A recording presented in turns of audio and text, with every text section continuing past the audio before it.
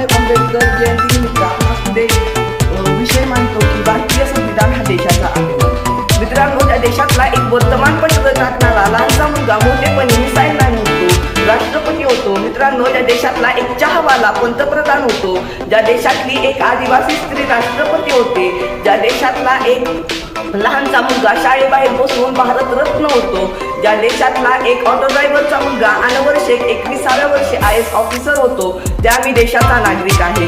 मला त्याचा अभिमान आहे, कारण की भारतीय संविधान हा देशाचा अभिमान आहे आणि माझ्या योगदानाचा विषय आहे भारतीय संविधान हा देशाचा अभिमान। मित्रांनो, त्या देशात दिवाळी, ईद, क्रिसमस हे मोठ्या जल्लोषात साजरे केले जातात, ज्या देशात बायबल, कुराण, भगवद्गीता अशा विविध ग्रंथांचा आदर केला जातो, ज्या देशात विविध जाती धर्माचे लोक पुण्या गोविंदाने नांदतात आणि तिथेच हो आणि तिथेच लोकशाही नांदते आणि ही लोकशाही संविधानाच्या मजबुतीवर पायावर उभी आहे।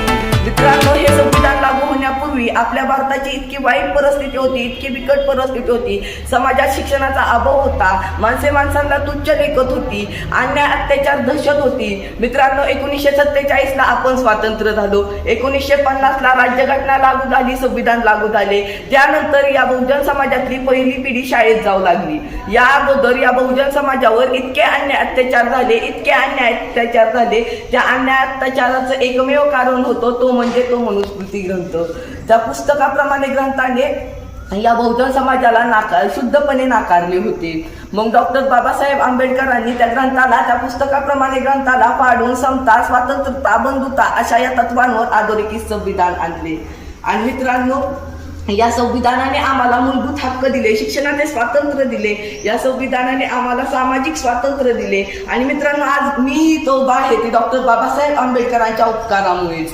मित्रांनो, आपण हे नेहमी ऐकलं असेल की पुस्तकाने मस्तक सुधरतं आणि सुधरलेलं मस्तक कुणाचं हस्तक होत नाहीच, पण ते लाचारीने कुणासमोर नतमस्तकही होत नाही। मित्रांनो, आजपर्यंत जेवढी मोठी माणसं झाली, त्या मोठ्या माणसाला त्यांच्या मोठेपणाचं कारण विचारलं तर ते सांगतात आम्ही पुस्तकं वाचली, आम्ही अपाट पुस्तकं वाचली। पण 10वीच्या परीक्षेत ज्यावेळेस डॉक्टर बाबासाहेब आंबेडकरांचा प्रथम क्रमांक आला, त्यावेळेस त्यांचा सत्कार समारंभ ठेवण्यात आला होता। त्या सत्कार समारंभाला प्रमुख पाहुणे म्हणून कृष्णाजी अर्जुन केळुसकर यांना बोलवण्यात आलं होतं। त्या कृष्णाजी अर्जुन केळुसकरांनी डॉक्टर बाबासाहेब आंबेडकरांना गौतम बुद्ध नावाचं पुस्तक दिलं होतं।